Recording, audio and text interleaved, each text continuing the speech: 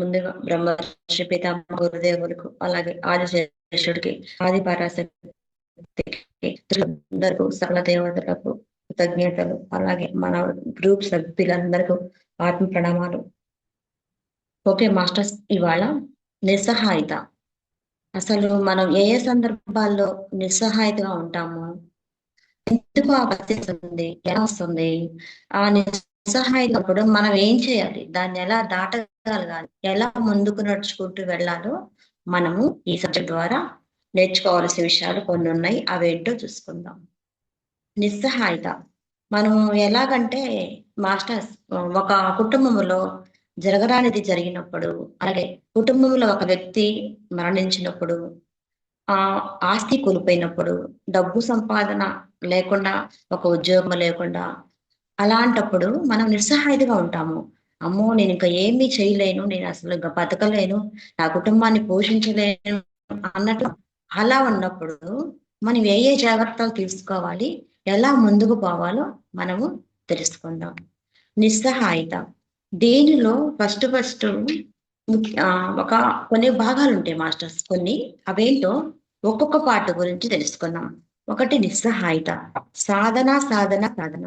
మనం కోరుకున్నదే బాగున్నప్పుడు చేయాలి. తామర పువ్వే గురువు. మనం పట్టిన మరి మానసిక రోగులు. ఇవన్నీ ముఖ్యాంశాలు. అసలు వీటిలో ఒక్కొక్క దాని గురించి మనం క్షుణ్ణంగా తెలుసుకుందాం. నిస్సహాయత ఆధ్యాత్మిక సాధన మార్గంలో ఉన్నటువంటి ఒక వ్యక్తికి, కుటుంబంలో, సమాజంలో కానీ కొన్ని కొన్ని సందర్భం అవసరమైన సహాయం పూర్తిగా లభించవచ్చు. దానికి కొన్ని ఉదాహరణలు ఇందా మనం చెప్పుకున్నట్టుగానే, ఒక సమస్యతో ఉన్నప్పుడు మనము నిస్సహాయత డీలా పడిపోతాము. అలా సహాయం అందకపోవచ్చు. ఎవరి మూలంగానైనా అడుగుతాము, ఎవరినైనా హెల్ప్ చేయమని అడుగుతాము. కానీ అది కుదరని పక్షంలో మనం ఎలా ఉండాలో చూద్దాం. మానసికంగా నిలవలేని రోగులు, మంచం మీద నుండి కదలలేని వారు, మరి తీవ్ర అనారోగ్యంతో ఉన్నవారు, కొత్త ఉద్యోగం వ్యాపారం పెట్టడం, మార్కెటింగ్ ఉద్యోగాలు, మతపరమైన ఒత్తిడి, ఇతర సాధనా పద్ధతులు, భర్త భార్య మరి పిల్లలతో ఒకరి నుండి మరొకరికి సహకారం లేకపోవటం, లేదా పూర్తి వ్యతిరేకత, సమాజం ఒప్పుకోని లేదా దూరంగా ఉంచే అనారోగ్యం, అనారోగ్యం కలగడం, దగ్గర స్నేహితులు, తోటి గ్రామస్తులు లేదా వారు నివసిస్తున్న ప్రదేశం ఎటువంటి సహకారం లేకపోవటం, కొత్తగా ట్రాన్స్ఫర్ అవ్వటం, ఇలాంటి సందర్భాల్లో మనకు ఈ నిస్సహాయత ఏర్పడుతుంది.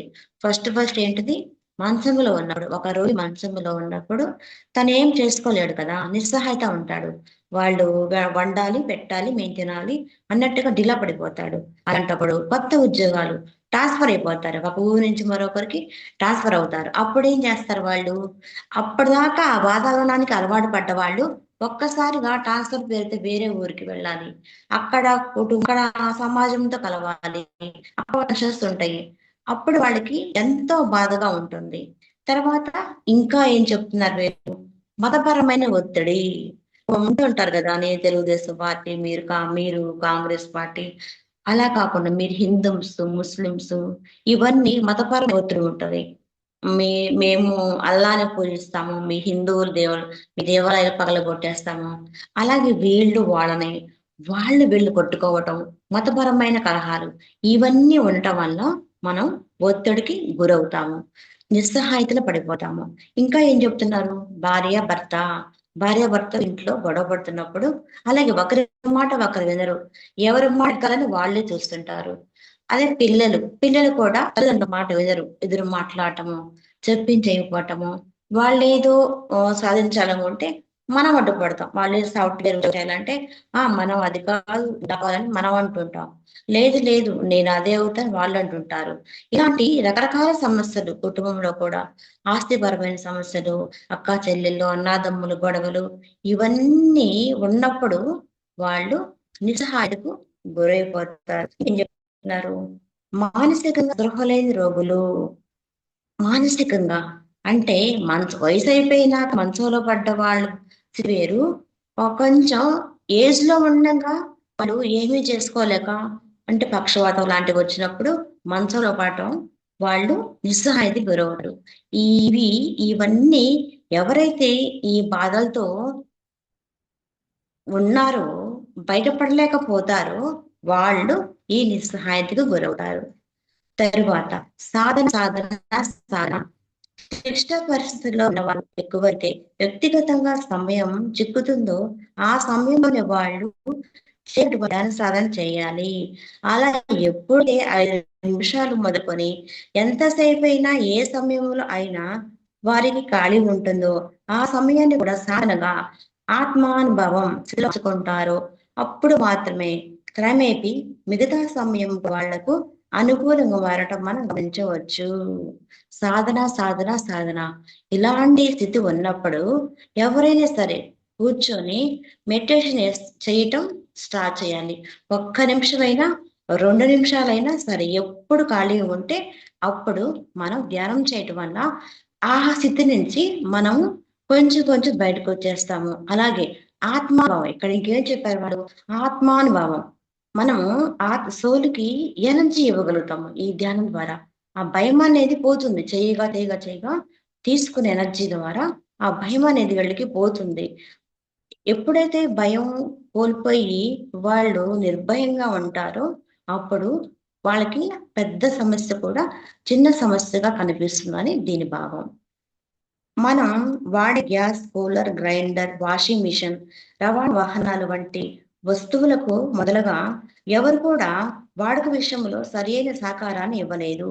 ఎందుచేతనంటే వాటి వల్ల ఏదైనా చెడు జరుగుతుందేమో భయం కలగడం లేదా ఖర్చులు లెక్క చేయటం కాలక్రమేణా వాటి వాడుక విషయంలో అవగాహన కలిగి కొన్నాళ్ళకు నిత్యావసర వస్తువులు అవి ఈ రోజు అధిక ప్రాధాన్యత పొంది ఉన్నాయి. మాస్టర్స్ పూర్వ రోజులు ఏమున్నాయి మనకి? ఈ గ్యాసు, ఏసీలు, ఫ్రిడ్జ్లు, కరెంట్ ఇవన్నీ లేవు. ఒకవేళ ఉన్నా కూడా కరెంటు వచ్చింది కానీ తర్వాత ఈ ఏసీలు, ఫ్రిడ్జ్లు ఇవన్నీ వచ్చినాయి. అప్పుడు వాళ్ళు ఏం చేసేవారు? భయం వీళ్ళకి. పురాతన కాలంలో వాడుకోవటానికి భయం. ఎందుకని? అమ్మో ఎంత బిల్లు వస్తుందో ఏమో, ఎలా వాడాలో ఏమో, పేలిపోతాయేమో అన్న భయంగా ఉండేది. కాలక్రమేణా ఏమవుతుంది? ఇప్పుడు అవి లేని కుటుంబం లేదు, అవి లేని ఇల్లు లేదు, అసలు అవి లేకుండా మన జీవన విధానం కూడా ముందుకు పోవటం లేదు. అలాగే అటాచ్డ్ బాత్రూమ్. అప్పుడు కూడా మరుగుదొడ్లు ఇంట్లోనా అన్న అసహ్యంతో కూడిన భావంతో మొదట్లో ఎవ్వరూ సహకరించలేదు. రాను అదే అవసరమై వాడుకలోకి రావటం జరిగింది. అలా ఒక గుండు సూది నుండి రాకెట్ వరకు కూడా మొదట ఎవ్వరూ కూడా సరియైన సహకారాన్ని అందించలేకపోయినా రాను అది నిత్యావసర వస్తువు మారిపోవటం గమనించాము. ఫస్ట్ ఏంటి? బాత్రూమ్స్. అప్పుడేంటి వెనకటి రోజుల్లో అసలు ఇంట్లోనే బాత్రూమ్స్ ఏంటి మరీ దరిద్రంగా అని చెప్పి పూర్వ రోజుల్లో వాళ్ళ బాత్రూమ్స్ ఉండే కాదు. ఇంటికి వెనకాల ఒక ఇంటికి దూరంగా కట్టించుకునేవాళ్ళు. కానీ ఇప్పుడు చేస్తున్నారు, ఇప్పుడున్న ఇళ్లల్లో అటాచ్డ్ బాత్రూమ్ ఇంట్లోనే మరుగుదొడ్లు ఉన్నాయి. అలా కాలక్రమేణా మారుతూ మనం వచ్చాం.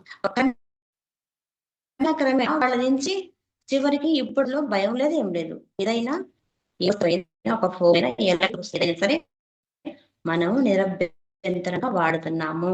ఎందుకని?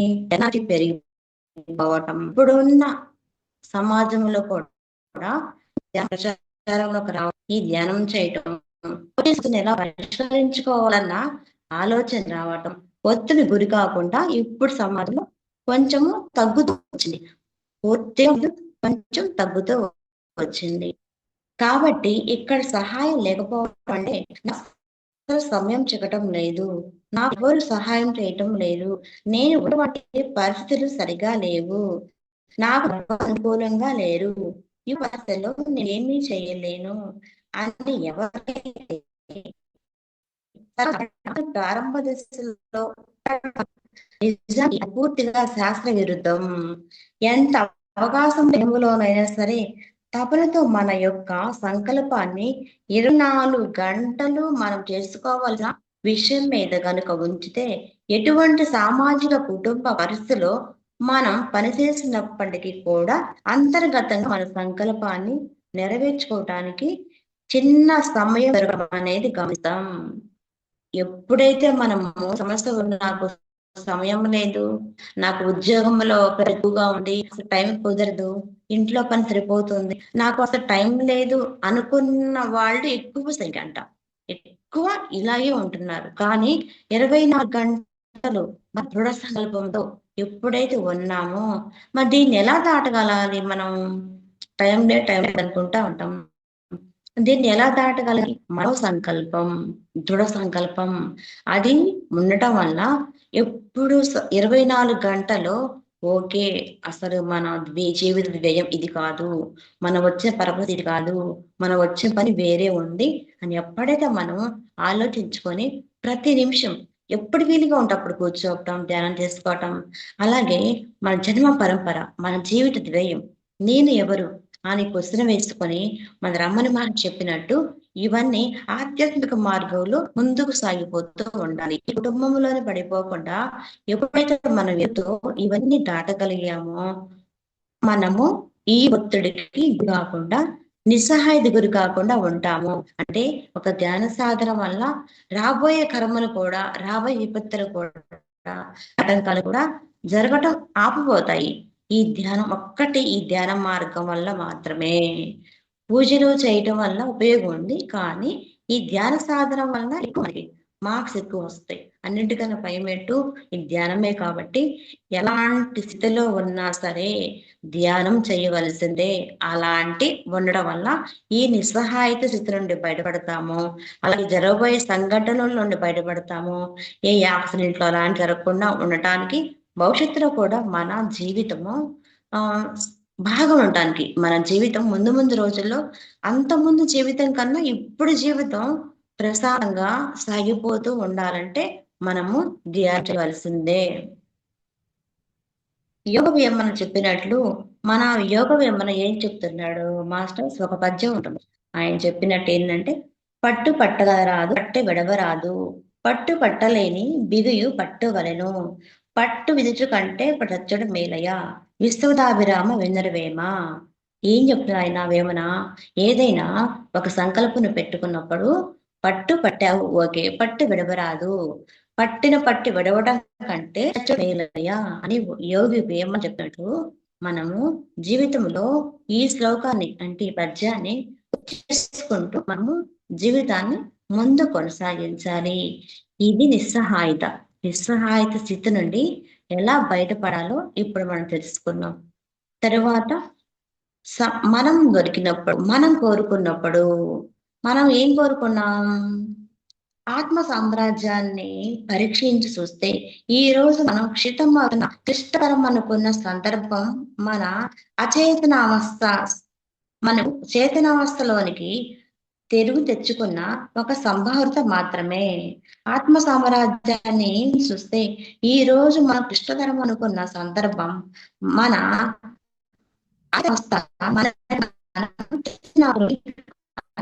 సంభావిత మాత్రమే. ఏకకాలంలో అనేక పరిధిలో ఉండే సామర్థ్యం కలిగిన మా చైతన్యం తన దమ్మును పెంచుకుంటే దిశగా ఈ అనుభవాన్ని ఉపతరములోకి తెచ్చుకుంది.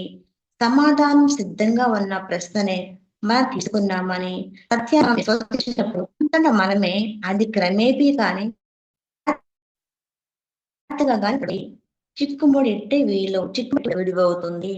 అయితే సమస్యలతో చిక్కులో ఉన్నప్పుడు ఇలా చేయటం వల్ల చిక్కుముడి విడిపోతుంది.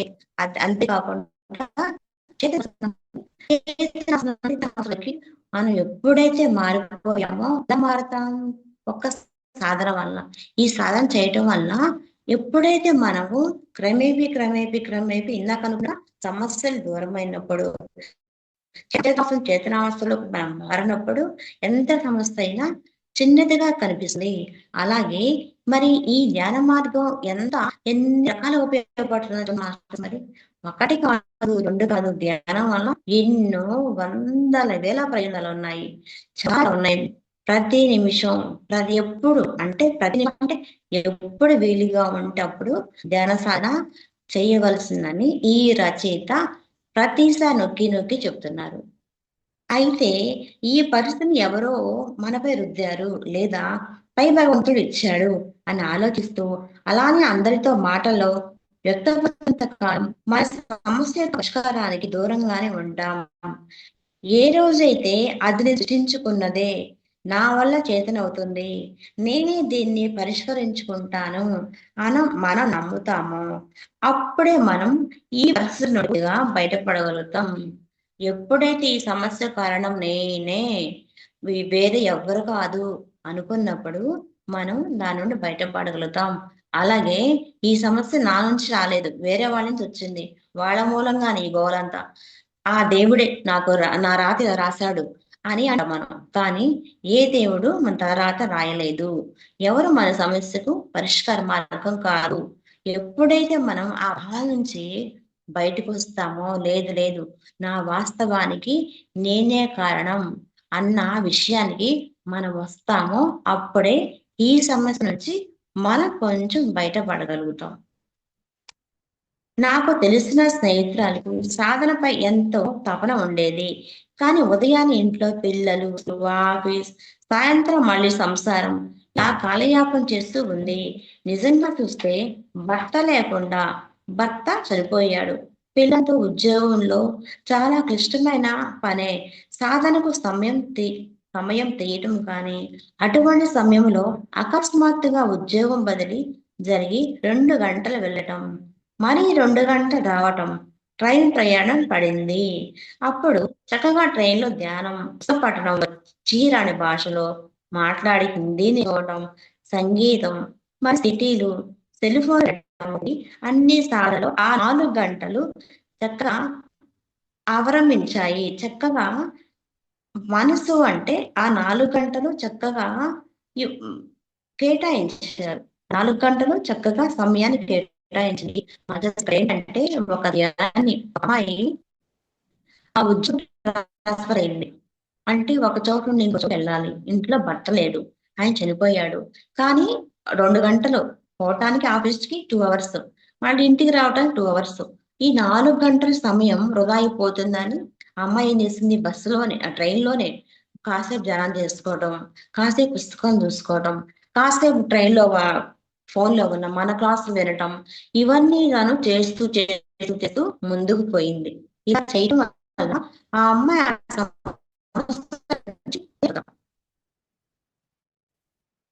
మనసు ప్రకృతి మనకి సహకరిస్తుంది. అలా ఇబ్బందులతో కూడుకున్నదైనా మనకు అనుకూలంగా మార్చుకొని సాధన కావాల్సిన తపనను చేరుకున్నప్పుడు తిరిగి యథాస్థితి చేరుకోవటం జరుగుతుంది.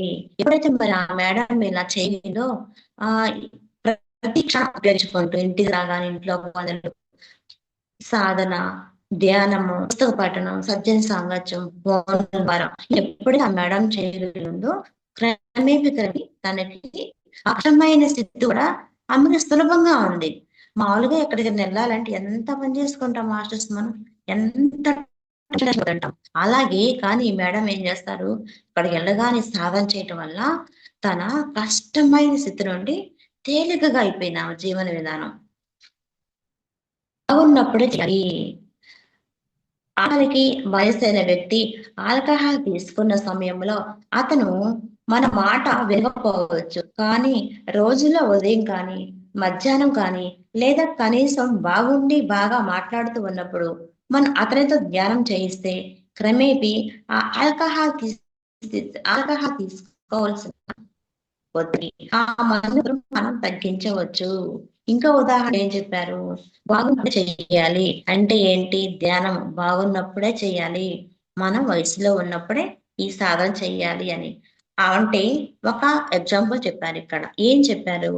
ఒక మందు తాగే వ్యక్తికి తాగి శరీరం సహకరించదు వాడికి. లోపల అన్ని అవయవాలు పాడైపోతాయి. లివరు, కిడ్నీ అన్నీ పాడైపోతాయి. కాబట్టి మనము ఈ ఈ మార్గంలో ఉన్నాం కాబట్టి అతని చేత క్రమేపీ కొంచెం ధ్యానం చేయాలయ్యా, ధ్యానం చేస్తే ఇలా ఉంటుంది, మనం తాగకూడదు అని మనం మంచి మాటలు చెబుతూ అతని చేత మనం ధ్యానం చేయిస్తూ ఉంటే క్రమేపీ వాడు ఆ తాగుడు నుంచి ఆ దూరంగా బయటకు వచ్చేస్తారు. అలవాటు వాళ్ళకి. ఇంకా తాగకపోతే అబ్బో! ఇంకా అదోలా అయిపోతారు. తాగితే బాగుంటుంది. తాగకపోతే డీలా పడిపోతారు. అందుకని వాళ్ళు ఆ అలవాటు నుంచి మానుకోవాలంటే ఎవరికొకళ్ళు మన మాస్టర్స్ ఎవరైనా సరే వాళ్ళకి తాగుబోతు వాళ్ళకి మనం చెప్తూ ఉంటే క్రమేపీ వాళ్ళు ఆ అలవాటు నుంచి బయటపడతారని ఇక్కడ వీళ్ళు చెప్తున్నారు. ఉద్యోగంలో తలమునకలైన వ్యక్తి కూడా కారులో వారంలో ఒక రోజు ధ్యానం మొదలుపెడితే క్రమేపీ మధ్యలో అతనికి అనుకోకుండా సమయం చిక్కి సాధన చేయటానికి అవకాశం దొరికింది.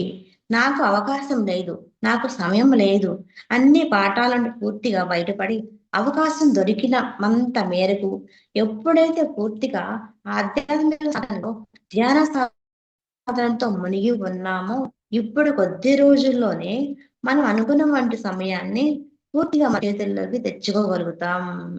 ఎప్పుడైతే మనం ఉద్యోగం తలమునకలై ఉన్నప్పుడు వారంలో ఒక రోజే సెలవు ఉంటుంది కదా వారంలో ఒక ఆదివారం ఎవరికైనా సెలవే. కాబట్టి వారంలో రోజు చేయటం కుదరని వాళ్ళకి కనీసం వారంలో ఒక రోజైనా చేయగలిగినప్పుడు క్రమేపీ ఆ వారంలో ఒక రోజు చివరికి ప్రతిరోజు మనం చేయగలిగే స్థితికి చేరుకుంటాం. ప్రతిరోజు ధ్యానం చేయటం వల్ల మనము దాని నుంచి బయటపడగలుగుతాం. ఎప్పుడైతే తాగుబోతు వ్యక్తి బయటపడతాడో, ఆ మార్గం నుంచి, ఆ తాగటం నుంచి బయటపడతాడో, అదే విధంగా ఎవరమైనా సరే మనమందరం కూడా వారానికి ఒకరోజు పెట్టుకున్న వాళ్ళు కాకుండా వారానికి ఒకసారి చేస్తూ ఉన్న వాళ్ళు కూడా నిత్యం ధ్యానంలోకి రావటం వల్ల మనము ఇలాంటి సందర్భాల నుంచి బయటపడగలుగుతాం. చూడటానికి చూడ మారటానికి కనీసం సమాజం గాని, కుటుంబ సభ్యులు కానీ మనల్ని నిర్దేశించినట్లు కనపడగా చివరికి మనం ఏదైతే ఏదైతే తలనామామో అదే పూర్తిగా జరిగే స్థితికి మనం ఎదగలుగుతాం. ఈ సందర్భంలో మనం తెలుసుకోవాల్సిన ఒక నీతి వాక్యం ఏమిటంటే, తెలివైన వారు అవకాశాన్ని సృష్టించుకుంటారు. బలహీనులు అవకాశం కోసం ఎదురు చూస్తారు. అవకాశం వచ్చినప్పుడు చేద్దాం అని కాకుండా, అవకాశాన్ని మన తపనతో, మన సంకల్పంతో మనం ఎప్పుడైతే తయారు చేసుకుంటామో, అప్పుడే మనం బలవంతంగా పరిగణించబడతాం. మనలోని మూల పదార్థమే, మనలోని మూల అజ్ఞానమే మన ఈ బాధల కారణం. ముందు ఈ పరిస్థితి నుండి నన్ను నేను బయట పడవేసుకోవటానికి అవసరమైన జ్ఞాన సాధన పైనే దృష్టి పెట్టదలుచుకున్నాను అన్న దృఢ నిశ్చయాన్ని తీసుకున్న వాటం నుంచి ఫలితం కనబడవుతుంది. ఎప్పుడైతే చేద్దాంలే, చూద్దాంలే, ఇప్పుడు దానికి ఏం తొందర, ఎప్పుడో ముసలివాళ్ళం అయిపోవాలి అనుకుంటా ఉంటారు. కానీ బలవంతులు ఏమనుకుంటారు? వచ్చిన సమయాన్ని ఒక్క నిమిషం అయినా సరే వినియోగించుకోవాలి, వృధా చేయకూడదు అని బలవంతులు అనుకుంటారు. బలవంతులకు ఇదే తేడా. అలా చేయటం వల్ల వాళ్ళు అనేక సమస్యల నుంచి బయటపడతారు. అంటే చివరికి ఏమవుతుందో, మనలో ఉన్న మూల అజ్ఞానమే, మనలో ఉన్న అజ్ఞానం కాదు, మనలో ఉన్న మూల అజ్ఞానం. ఈ మూల అజ్ఞానం నుంచి మనము జ్ఞానంలోకి వచ్చేస్తాం. జ్ఞానంలోకి మూలంలోంచి మూల జ్ఞానానికి వెళ్ళి మనం జ్ఞానం తెచ్చుకొని క్రమేపీ ఈ ధ్యానం వల్ల అనుకున్నా కదా ఇందాక, ఈ ధ్యానం వల్ల అన్ని రకాలుగా ఉపయోగాలు ఉన్నాయని, అలాగే మనము ఇలా చేయటం వల్ల జ్ఞానంలోనికి ఫస్ట్ స్టెప్ వేయగలుగుతాం. తామువే గురువు. ఇంకా మనము చెప్తున్నారు. ఈ రచయిత ఇంకా ఏం చెప్తున్నారు? ఇవన్నీ చెప్పారు. నిస్సహాయత మనం కోరుకున్నది. తర్వాత తామర పువ్వే గురువు. ఈ తామర పువ్వు నుంచి మనం ఏం నేర్చుకోవాలి ఆయన ఈ రచయిత మనకు తెలియజేస్తున్నారు. అదేంటో చూద్దాం. తామర పువ్వు ఎందుకు పనికిరాని అసహ్యమైన బురద నుండి అది సమాజంగా నిలువుగా ఎదిగి ఎంతో అందమైన పువ్వుగా మనకు దర్శనమిస్తుంది. అదేవిధంగా ప్రతి మనిషికి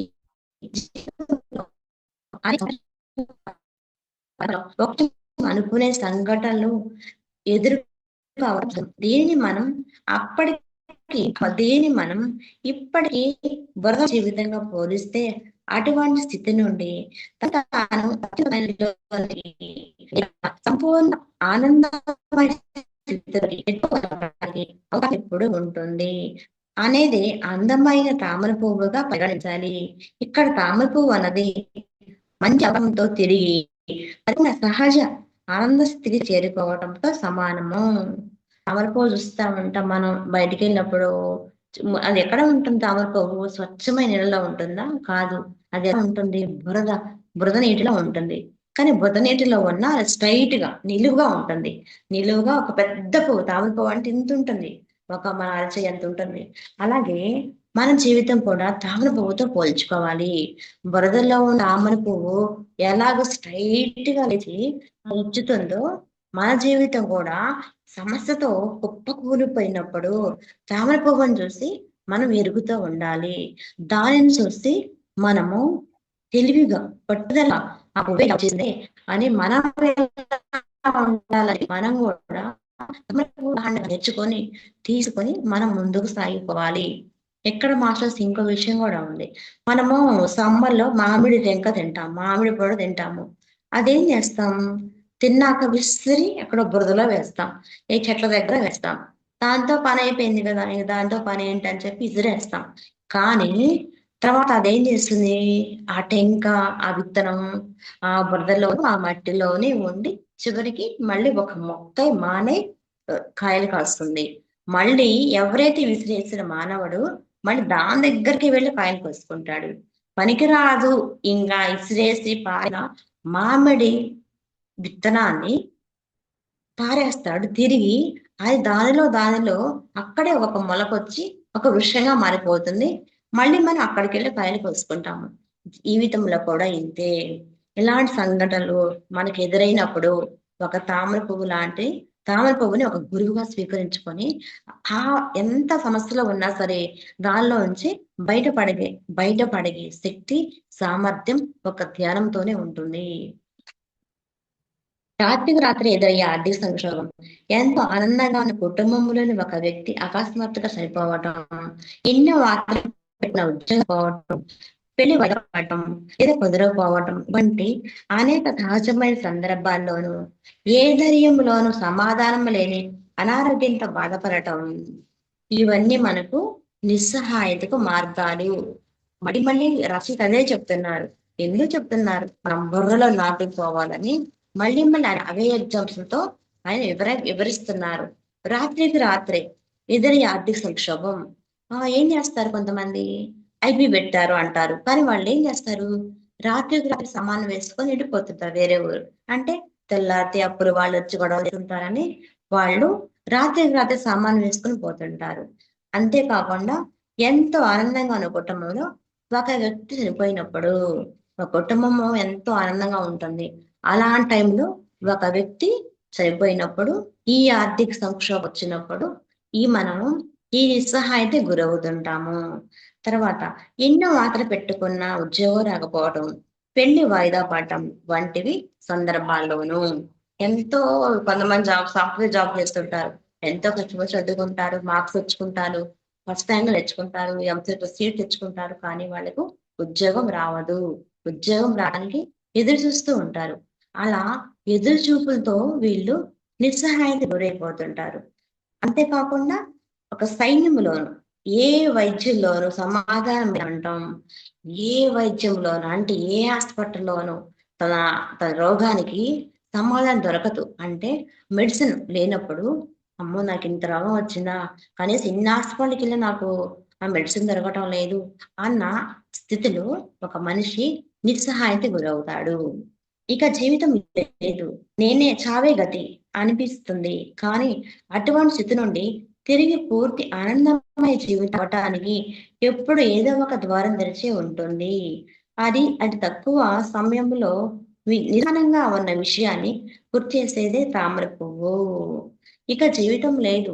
ఇంక నా బ్రతికింతే అని మనం ఎప్పుడైతే అనుకుంటామో అప్పుడు ఆహ్, ఈ నిస్సహాయ స్థితిలోనికి బయటపడతాము. అంతేకాకుండా పూర్తి ఆనందమయ జీవితానికి రావటానికి ఏదో ఒక ద్వారం ఉంటుంది. మనం సహజంగా అనుకుంటే ఎవరో అనుకుంటాము. కానీ ఇక్కడేంటి? కానీ ఏదో ఒక ద్వారం తెరిచే ఉంటుంది. ఒక మనిషి హెల్ప్ చేయటానికి యూనివర్స్ ఎప్పుడు మనకు సహాయం చేస్తూనే ఉంటుంది. మనం అనుకుంటాం మన చుట్టూ ఎవ్వరూ లేరు. నేనొక్కడే ఉన్నానని. కానీ మన చుట్టూ అందరూ ఉన్నారు. మాస్టర్స్ ఎప్పుడు ముగ్గురు ఉంటారు. మన చుట్టూ మన దగ్గర ఎప్పుడు ముగ్గురు మాస్టర్స్ ఉంటారు.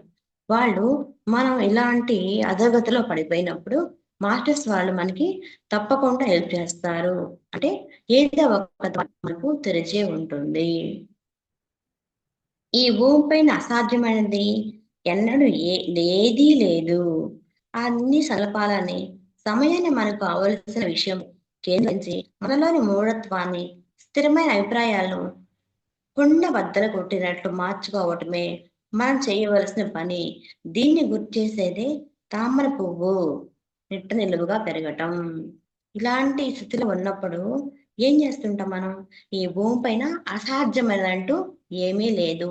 అన్నీ సాధ్యమే అని మనం ఒక అడుగు ముందుకు వేసి, తర్వాత తామర పువ్వుని మళ్ళీ ఎగ్జాంపుల్‌గా తీసుకొని ఈయన చెప్తున్నారు. అంతేకాక పద్మపత్ర మివామమ్మ అంతేకాక పద్మపత్ర మినామన అని భగవద్గీతలో కృష్ణుడు తెలిపినట్టు తామర పువ్వు మీద నీటి బిందువుల ఉండటం అన్న సూక్తి మనం ప్రతిక్షణం ఎలా జీవించాలో తెలుపుతుంది. అంతేకాకుండా తామర పువ్వు మీద నీటి బొట్టు అది వింటూ ఉంటాం. పుస్తకాల్లోనో ఎక్కడో వింటా ఉంటాం. ఏంటి దానికి ఉదాహరణ? మనం ఇలాంటి స్థితిలోకెళ్ళినప్పుడు తామర పువ్వు మీద నీటి బొట్టులంటే మనం ఎంత కష్టం వచ్చినా దానికి కరిగిపోకుండా దృఢంగా ఉండాలని దాని భావన. ఎన్ని ఎన్ని పనుల్లోనూ లేదా కార్యక్రమాల్లో మనల్ని మనం ఎంతగా కల్పించుకున్నప్పటికీ ఒకానొక క్షణంలో ఎన్ని ఉన్నా లేకపోయినా ఒక్కటే అనిపిస్తుంది. కానీ ఏ సమస్య లేకపోయినా సరే మనం ఏమనుకుంటాం, అబ్బా! ఎన్ని ఉన్నా ఏమి లేనట్టు ఉంటుంది మనం అనుకుంటా ఉంటాము. కానీ ఒకానొక టైంలో అలా అనిపిస్తుంది. ఎవరికైనా సరే, ఇప్పుడు మనకైనా సరే, ధ్యానం చేసే వాళ్ళకైనా సరే ఒకానొక టైంలో అలా అనిపిస్తుంది. కానీ ఇక్కడ ఏం చెప్తున్నారు సారు, అకస్మాత్తుగా ఆ పని నుండి మనం తప్పించబడిందా లేదా? ఆ పని ఇంక జరగదని ఎటువంటి బాధకు లోను కాకుండా అంటే ఇక్కడ ఏం చెప్తున్నారు? అకస్మాత్తుగా ఆ పని నుండి మనం తప్పించబడినా లేదా ఆ పని ఇక జరగదని ఎటువంటి బాధకు లోను కాకుండా అకస్మాత్తుగా అనుకుంటాము. అబ్బా! ఈ పని ఇంకా సహజంగానే ఉంటుంది. పాజిటివ్‌గానే ఉంటుందంతా. కానీ ఒక్కో టైంలో మాత్రం ఆ పాజిటివ్ నెగెటివ్‌గా మార్చేస్తుంటాము. ఏమంటున్నారు ఇక్కడ? అకస్మాత్తుగా అవుతుంది. కానీ అది అవ్వకపోతే అది ముందుగానే మనం వికల్పాలు పెట్టేస్తుంటాము. అలాంటి స్థితిలో ఉన్నప్పుడు గూడా మనం నిస్సహాయతకు గురవుతాము. మనం నిమిత్త మాత్రులం. మన పని మనం చేశాం. ఇంతవరకు చేయటంలోనే ఆనందం వచ్చింది కదా! అనుకొని అవసరమైన పని లేదా ఈ పని యొక్క ఫలితాన్ని విడిచిపెట్టగలగాలి. కాబట్టి ఇక్కడ సపోర్టెడ్ కానీ, నాన్ సపోర్టెడ్ కానీ అన్న అంశాన్ని అర్థం చేసుకొని నాన్ సపోర్టెడ్‌గా ఉన్న స్థితిని సపోర్ట్‌గా మార్చుకోవటం అన్నది మన వల్ల మాత్రమే అవుతుంది. అవుతున్న విషయాన్ని ప్రతి ఒక్క వ్యక్తి గమనించాలి. ఈ స్థితిలో ఉన్నవారు అందంగా ఉన్న తామర పువ్వు భగవంతుడిని పరిసరాల్లో ఉంచుకొని నిజమైనదా లేదా బొమ్మ ప్రతిరోజు చూడటం ఎంత మేలు కలగజేస్తుంది. ఇంతవరకు మనం విన్నాం కదా! ఇక్కడేం చెప్తున్నారు? ఇంతవరకు చేయటంలోనే వచ్చింది. ఇలా ఉన్నాం కదా! కానీ మనం ఎప్పుడైతే పాజిటివ్ నుంచి నెగెటివ్‌కి రావటం, నెగెటివ్ నుంచి పాజిటివ్‌కి రావటం మనకి సర్వసాధారణం అయిపోయింది. కానీ ఎప్పుడైతే అలా కాకుండా నెగెటివ్ ఉన్న స్థితి నుండి పాజిటివ్ రావటం వల్ల మనము ఈ దాన్ని దాటగలుగుతాం. వెంటనే ఆలోచన మార్చేయాలి. ఆహా! ఈ పని కాదు అనుకున్నప్పుడు మనం వెంటనే ఆలోచన మార్చేయాలి. మార్చేసి లేదు లేదు అలా అనుకోకూడదు కదా! అంటే దాన్ని నెగెటివ్‌గా ఉన్న పని కానీ, ఆలోచన కానీ ఏదైనా పాజిటివ్‌లోకి మార్చేసినప్పుడు మనము ఈ నిస్సహాయత నుండి బయటపడగలుగుతాం. ఇంకోటేం చెప్పారు సారు? మంచం పట్టిన మరి మానసిక రోగుల విషయంలో ఇంకా ఏం చెప్తారాయన? నిస్సహాయత ఎట్లవుతుందని చెప్తున్నారు? మంచం పట్టిన మరి మానసిక రోగుల విషయంలో వాళ్ళు మంచంలో ఉంటారు. అలాంటి వాళ్ళ గురించి ఏం చెప్తున్నారో చూద్దాం. ఒక గమ్మత్తైన విషయం ఏమిటంటే, అనేక మంది తమ కుటుంబ సభ్యులు తమ సమస్యలు చెబుతూ మా దగ్గర పూర్తి అనారోగ్యంతో ఉన్న రోగులు ఉన్నారు. అస్సలు తమకై తాము ఏమి చేసుకోలేరు. వారికి దేని ద్వారా ఏమైనా చేయగలమా అని అడుగుతూ ఉంటారు. వారు ఉన్న స్థితికి వారు అడిగిన విధానం సరైనదే కానీ, ఇటువంటి సందర్భాన్ని మనం విపరీతంగా పరిశీలిస్తే అక్కడ బాధపడుతుంది పేషెంట్ కన్నా వారికి సపర్యలు చేస్తూ కంటి రెప్పగా కాపాడుతున్న తోటి వారని గమనించాలి. ఇక్కడ సార్ ఏం చెప్తున్నారంటే, ఒక మానసిక వ్యక్తి మంచంలో పడ్డప్పుడు కానీ వాళ్ళకి ఎవరైతే సేవలు చేస్తుంటారో వాళ్ళు కూడా నిస్సహాయతకి గురవుతుంటారు. వాళ్ళేంటి ఇంక చేయలేరు. ప్రతిరోజు వాళ్ళకి టిఫిను, భోజనం ఇవన్నీ తీసుకెళ్ళాలా? మరి తీసుకురావాలా? మెడిసిన్ ఇవ్వాలా? మరి డాక్టర్ వచ్చేదాకా వెయిట్ చేయాలా? వాళ్ళే కాకుండా యువతుల వాళ్ళు కూడా ఈ ఈ నిస్సహాయతకి గురవుతున్నారని చెప్తున్నారు. ఈ విషయం వారికి తెలుసు. ఎప్పుడైతే పేషెంట్ గురించి బాధపడుతున్నారో, మరి శారీరకంగా, మానసికంగా బాగానే ఉంటూ, ఏదైనా బాగానే ఉంటూ అంటే పేషెంట్ కాకుండా ఇంట్లో ఉన్న మిగతా వాళ్ళు, మరి ముఖ్యంగా పేషెంట్‌కి అతి సన్నిహితంగా ఉంటూ పేషెంట్‌ని పూర్తిగా చూసుకుంటున్న వాళ్ళు, పైన తెలిపిన నిస్సహాయ కొందరికొస్తారు. బాధపడే వాళ్ళు ఎక్కువ సాధన చేయాలి. ముందుగా వీళ్ళు ఖాళీ చిక్కించుకొని బాగా ధ్యానం మరి ఆధ్యాత్మిక పుస్తక పఠనం చేయటం మొదలుపెట్టాలి. పేషెంటు వారు చేయవలసిన వారిలో అవకాశాన్ని బట్టి సంగీతం వినిపించడం, పిరమిడ్ కింద ఉంచడం, పిరమిడ్ చిరంత్రాంచడం, ప్రకృతిలో తిప్పటం మొదలైనవి ఉంటాయి. తప్ప వేరే ఎక్కువ ఉండకపోవచ్చు. కానీ పేషెంట్ ద్వారా పడుతున్న వాళ్ళు, మిగతా వాళ్ళు ధ్యానం, స్వాధ్యాయం, సజ్జన సాంగత్యం పూర్తిగా జరిగినప్పుడు వీళ్ళు ముందు బాధ నుంచి బయటపడే మార్గం చాలా అద్భుతంగా కనిపిస్తుంది. అది పేషెంట్ అనారోగ్యంలో గుణం కనపడటం దగ్గర నుంచి కంటికి రెప్పలా సహృదయంతో చూసుకునేవారు దొరకటం కావచ్చు. కర్మయోగం 1లోని 3వ స్థాయి వివరణకు యోగ పరంపర పుస్తకం చదవాలి. అది ఏ రకంగా అయినా ఉండవచ్చు. ఇంకా ఇక్కడ ఏం చెప్పారు పేషెంట్ దగ్గర ఉండే ఇబ్బందులు గురవుతారు. వీళ్ళు కూడా ఖాళీ చిక్కించుకొని ధ్యానం చేయాలి. పేషెంట్ చేత కూడా ధ్యానం చేయించాలి. అలాగే వీళ్ళు పుస్తకం చదువుతున్నప్పుడు వాళ్ళకు కూడా వినిపించాలి. అంతే కాకుండా యోగ పరంపర ఈ మాత్రం చదువుతూ దానిలో ఉన్న జ్ఞానాన్ని అందుకొని ఆ జ్ఞానం ద్వారా వాళ్ళ కూడా ఖాళీ టైంలో ఖాళీ ఉన్నప్పుడు ఎంతో ఖాళీ ఉంటుంది కదా వచ్చేళ్ళిన తర్వాతను లంచ్ అయిన తర్వాతను ఖాళీ ఉంటుంది కదా అప్పుడు ఎవరైతే మనం ధ్యానిస్తూ పుస్తకాలు చదువుకుంటూ పేషెంట్ కూడా వినిపించినప్పుడే వాళ్ళు ఈ నిస్సహాయత స్థితి నుండి బయటపడతారని చెప్పినారు. ఇంకా లాస్ట్ అని ఏమిటంటే సమయము లేదని వారికి ఇంకా ఏంటి చివరిగా ఏం చెప్తున్నారు ఆయన సమయం లేదనే వారికి ఎవరికి అసలు సమయం లేదు ఇంట్లో ఒప్పుకోరు అనే వారికి వారి అంతర్గతంలో ఉన్న తపనను పెంచేందుకు మరి వారి వికల్ప శక్తిని ఆధ్యాత్మికత వైపు మళ్లించేందుకు కొన్ని మార్గాలు చూపించడం జరిగింది. ఏం చెప్తున్నారంటే ఎవరికి సమయం లేదు నాకు సమయం లేదు అనే వారికి మాత్రమే ఈ కింద విషయాలు సార్ చెప్తున్నారు. మూల ఆధ్యాత్మిక సత్యాలను అంటే చక్కగా మూల ఆధ్యాత్మిక సత్యాలను చక్కగా పేపర్ మీద వ్రాసి లేదా టైప్ చేసి ఇంట్లోనూ లేదా ఆఫీసులో అనేక చోట్ల విడివిడిగా ఉంచాలి. ప్రతిసారి ఏదైనా జంక్షన్ ఎదురైనప్పుడు ఇందులో ఆధ్యాత్మికతను సాధనకు సంబంధించిన అంశం ఉన్నట్లయితే మొదట దానికి ప్రాధాన్యత ఇచ్చి తర్వాత రెండవది చేసినట్లుగా పద్ధతి మార్చుకోవాలి. ఫస్ట్ గా నేను చెప్పారు ఆయన మూల ఆధ్యాత్మిక సత్యాలని అంటే ఒక పేపర్ మీద రాసి గోడకు అంటించాలి. నేను ఇవాళ ఇంతసేపు సాధన చేయాలి. లేదంటే ఒక టైం టేబుల్ ఇంట్లో ఉన్న పనులు మన పనులన్నీ ఒక టైం టేబుల్ లాగా రాసుకొని ఆడ పెట్టుకోవటం వల్ల గోడకు అంటించడం వల్ల టైం టు టైం పనులు చేసుకోవటం వల్ల మనకి ఏం జరుగుతుంది కొంచెం ఫ్రీ అయిపోతాం. తర్వాత మనసు ప్రశాంతంగా ఉంటుంది. తర్వాత అమ్మయ్య పని అయిపోయింది కదా అని కూర్చొని ధ్యానం చేసుకోవటానికి అనుకూలంగా ఉంటుంది. ఎలా చేయటం వల్ల ఒక టైం టేబుల్ వేసుకొని పని చేసుకోవటం వల్ల ఒక పేపర్ మీద రాసి గోడకు అంటించుకోవటం వల్ల మనం నిమిషానికి గుర్తొస్తుంది. ఆహా ధ్యానం చేసుకోవాలి, సాధన టైం కేటాయించాలి అని మనం పేపర్ మీద రాసి పెట్టుకుని గోడకు అంటించాలి. ఇంకో పాయింట్ ఏం చెప్పారు జంక్షన్ ఎదురైనప్పుడు అందులో ఆధ్యాత్మిక సాధనకు సంబంధించిన అంశం ఉన్నట్లయితే మరి దాన్ని ప్రాధాన్యత ఇచ్చి తర్వాత రెండో చేసేట్టు పద్ధతి మార్చుకోవాలి. రాసుకున్న టైం టేబుల్‌లో ఫస్ట్ ఏది చేసుకోవాలి, తర్వాత ఏది చేసుకోవాలి అన్నది కూడా మనం చూసుకోవాలని చెప్తున్నారు. మూడోది, ఒకసారి నిర్ణయం తీసుకొని జరగటానికి ఒకసారి నిర్ణయం తీసుకొని బయటపడదామని అనుకున్నప్పుడే తడువు దానికదే ప్రకృతి నుంచి చేయూత సపోర్ట్‌గా రావడం మొదలవుతుంది.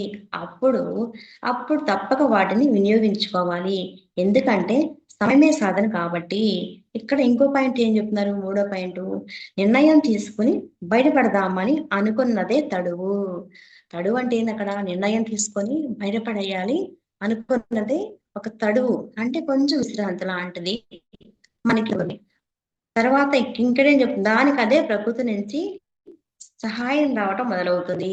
ఎప్పుడైతే మనము దాని నుంచి బయటకొస్తామో ఆటోమేటిక్‌గా మనకి ఏదో ఒక మార్గం మనకి దారి జరుగుతుంది. ఏదో ఒక విశ్వం నుంచి మనకి ఒక మార్గం దొరుకుతుంది. అంటే బాధ్యత నుంచి మనం బయటపడగలుగుతాం.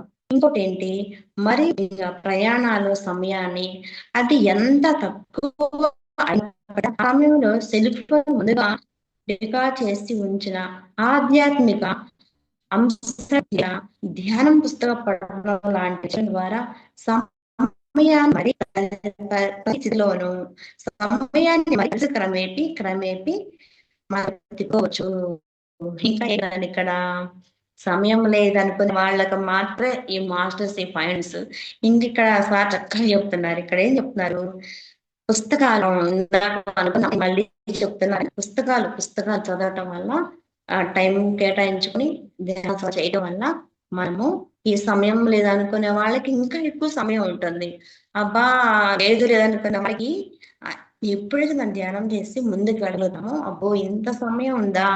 అంతకుముందు 24 గంటలు కూడా మాకు సరిపోయేవి కాదు. ఇప్పుడు ఇంత సమయం ఉందా ధ్యానానికి అని మనకి అర్థమవుతుంది. ఎలా అర్థమవుతుంది? ధ్యానం చేయటం వల్ల మనలో చైతన్య శక్తులు బాగా పెరిగిపోతాయి. చాలా మన సోల్‌కి ఒక ఎనర్జీ ఇవ్వటం వల్ల మనకి అసాధ్యమైన పనులని, దుసాధ్యమైన పనులని ఈ సాధ్యం కాదు అనే పనులు కూడా చాలా ముందుకు వస్తాయి. ఎటువంటి స్థితిలోనైనా సరే మనకు ఒక్క ఈ ధ్యాన మార్గం వల్ల మనం బయటపడగలం. అది మాస్టర్స్ ఈ రచయిత మనకి ఈ నిస్సహాయత గురించి ఎంత వివరంగా చెప్పారు. మీ అందరికీ ప్రకృతి మాతకు, విశ్వమాతకు అలాగే మా మాస్టర్స్ అందరికీ కృతజ్ఞతలు. Thank you masters. Thank you. ఈ నిస్సహాయత గురించి నాకు నాకు తెలిసినది చెప్పినది మీకు చెప్పాను. ఏ తప్పులేమన్నా ఉంటే సారీ. Okay masters.